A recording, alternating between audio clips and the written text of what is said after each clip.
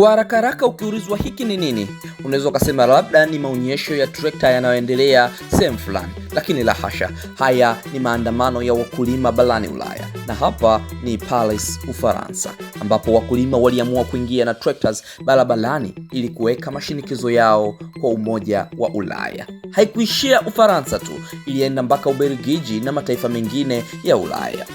Na ni kwa nini wakulima wameamua kufanya fujo, kupeleka mazao yao barabarani na kuchoma baadhi ya mali na kushinikiza mashinikizo makubwa katika ofisi za EU? Kuna sababu mbalimbali zinazopelekea wakulima wa Ulaya kuingia barabarani.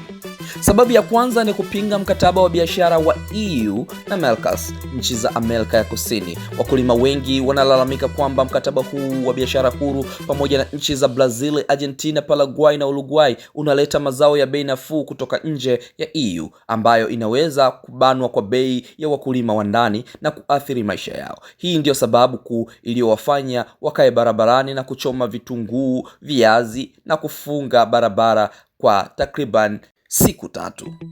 Sababu nyingine inaweza kuwa wasiwasi kuhusu sera za kilimo za Ulaya. Wakulima wanasema sera kadhaa za EU, ikiwa ni pamoja na marekebisho ya Common Agricultural Policy CAP, inaweza kuwa ni sababu ya wao kuingia barabarani.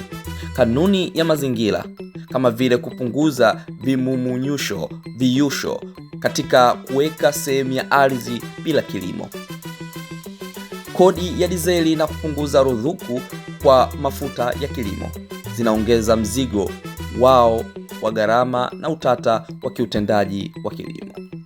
Sababu ya 3 wanayosema ni gharama za shughuli za kilimo kushuka na faida kupungua.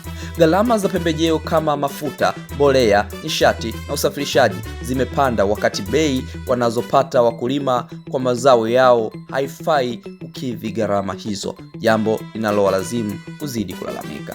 Sababu ya 4 ni mashindano ya mazao ya nje bila kuzingatia kanuni za EU. Wakulima wanahofia kwamba mazao yanayoingizwa kutoka nchi ambazo hazizingatii viwango vya EU vya mazingira, ustawi wa wanyama na usalama wa vyakula yanaweza kupunguza nafasi yao sokoni. Hii inajumuisha bidhaa kutoka Mercosur na hata mazao kutoka Ukraine kutokana na madeni ya ushuru yaliyokatishwa. Sababu ya 5 ni uchovu na kukosa msaada wa kutosha kutoka EU.